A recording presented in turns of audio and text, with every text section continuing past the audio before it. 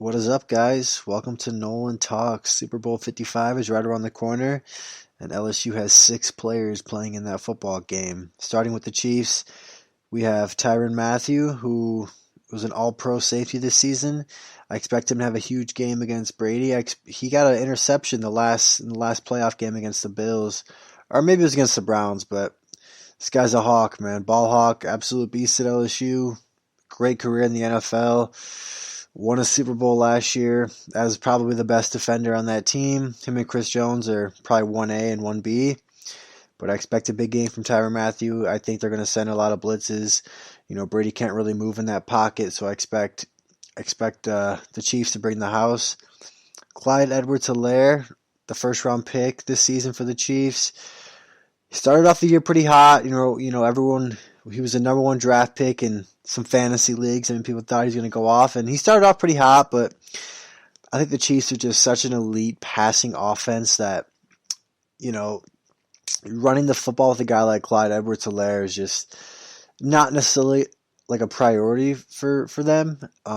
He's a good back, don't get me wrong. He gets the job done. He's been a good first-round pick. I mean, I don't think he went over 1,000 rushing yards, but he's good out of the backfield as far as catching passes, and I expect his role to grow as far as, him, with him getting more experience in the offense and whatnot, but I don't really expect a big game out of him. They're going to run the ball, but the Chiefs are a pass-first kind of team, maybe in goal line situations. Clyde's a really weird athlete. He's 5'5", I don't even know, 5'9"? No, probably not even that big, smaller than that, but he's a bowling ball. He's literally Darren Sproles. I remember when he went against Alabama last year, the announcer, I think Gary Anderson, said that Clyde EdwardsHelaire reminds him of Darren Sproles, and I literally cannot unsee that. He's literally just a bowling ball. He can literally run between the tackles, and that's pretty impressive for a guy who's, his size.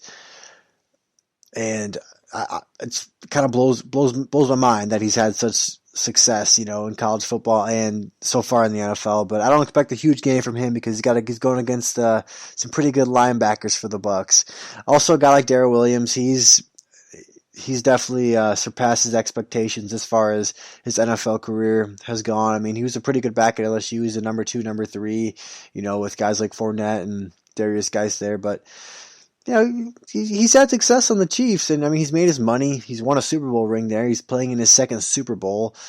He's in a contract year. Maybe he gets picked up by a team, and yeah, I mean, he's had a solid career. I mean, hey, guys in his 20s from New Orleans, man, like just going to an NFL team, making some money, then starting your life off on the right foot, man. Like you can't hate on that. It's awesome to see. For the Bucs, obviously I mentioned 2 of them. We got Leonard Fournette, probably my favorite LSU football player and probably ever, honestly. Him and Tyrann Mathieu are 1A and 1B, and they're both playing in this game.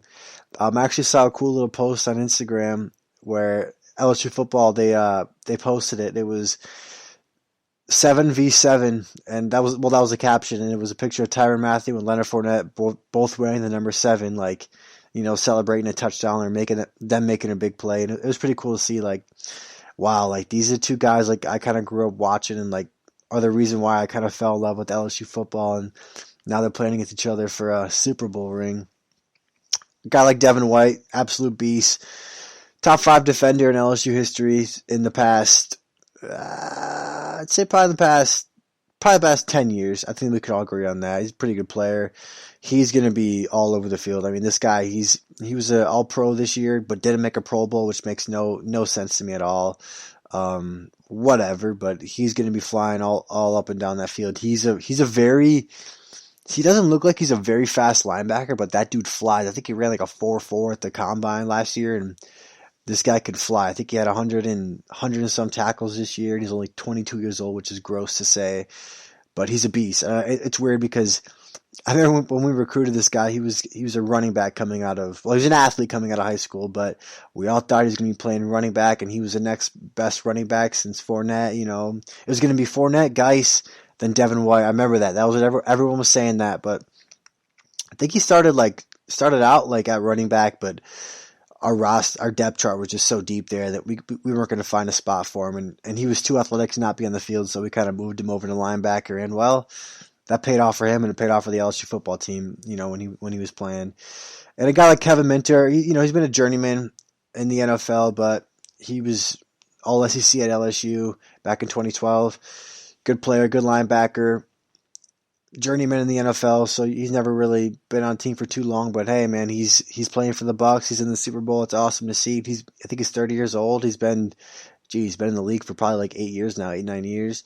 So I mean, that's good for him. It's going to be cool to see all these LSU players in the Super Bowl. I think we broke the record for most in a game, but I know this season for sure we have the most, which is 6, which is I think the next closest is there's a few schools who have 3, which is pretty impressive for LSU, and it's a great recruiting tactic to, come to LSU, you'll play in Super Bowls, play in the NFL and whatnot. So as far as prediction goes for the game, I don't know what it is, but I've been thinking about this game a lot this past week, and I know these guys played each other in the regular season. The score was 27-24, and the Chiefs won that game, but the game wasn't really as close as what the score looked like. I think the Chiefs were up 17-0 going into halftime, and then Patrick Mahomes they were driving down the field, and Patrick Mahomes fumbled, and then they got the ball back, the Bucs did, and scored some points, and then the game wasn't really a great game. I think the touchdown they had at the end was kind of meh. It was just a garbage time touchdown, so the game wasn't as close as what the score says. I personally think the Chiefs are going to win this game. I think the final score is going to be 34-24. I just think Patrick Mahomes is too good right now. You're not going to be able to stop that guy. I know the Bucs have a great defense. The Chiefs are missing their 2 tackles, and they just had a center and a receiver go on the COVID list. But I just think Patrick Mahomes is too deadly with Tyreek Hill and Travis Kelce. I mean, Tyreek Hill had 200 receiving yards in the first quarter the last time they played the Bucs. So the Bucs better not be running man-to-man because you can't cover this guy. Devin White's probably going to be covering Travis Kelce, but I still think Travis Kelce's going to win that matchup. I mean, that guy's a beast. He broke the record for most receiving yards for a tight end in NFL history. So I don't know. I just personally think that I think the defense is good for the Bucs. They're going to get pressure on Mahomes. They're going to have a few sacks, but they're just too good. I personally am not a fan of Tom Brady. I'm just really not. He's got 6 rings, this is his 10th Super Bowl. Just not the biggest fan of Tom Brady for no good reason. It's literally no good reason at all. I'd be lying to you if I said, "Oh, well, this is why." There's literally no good reason. And when he beat the Packers and made it to the Super Bowl, I was kind of like, "Oh my goodness, this guy's back again." But I love that Patrick Mahomes is going against Tom Brady, the battle for the GOAT, man. That's what it is. The young GOAT versus the GOAT, the current GOAT or whatever. So I'm super excited for this game. I think the Super Bowl last year I was excited, but then again I like seeing elite quarterback matchups. I just think that's so cool about the NFL. Last year it was Garoppolo versus Mahomes. It was Garoppolo, yeah, whatever. But I'm really excited for this game. I think the Chiefs are going to win it. I think the Chiefs defense is kind of stingy, and I think they're going to be able to stop Brady because Brady in his last game he had 3 interceptions. He wasn't looking super great. I think they're going to get some pressure on Brady. I think they're going to get some turnovers on Brady. Every Super Bowl that Tom Brady's played in, the game's been great.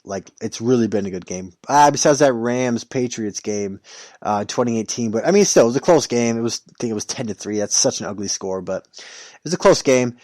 I'm really excited for this game. I think that, man, I just hope the Chiefs beat Tom Brady, man. I'm tired of that guy. I think the Chiefs are going to just throw the ball up and down on the Bucs. Bucs will get some pressure. They'll stop the run. The Chiefs really won't have too much success running the football. I think Mahomes is probably going to go for about 3 touchdowns, probably about 350 passing yards, and he'll win Super Bowl MVP. And then he'll get his second ring, man. And hey, will people start calling him the GOAT? Who knows? But that's my prediction for the game. I'm really excited, man. A bunch of LSU players are in this game. Hopefully they all ball out and get some recognition for LSU, and all these recruits are watching the game and they see that, and that's what LSU's about, man. See what we're about and see that we're about putting players in the NFL and winning Super Bowls. But that's all I got for you guys tonight. Hope you guys are all doing well. Thanks for listening.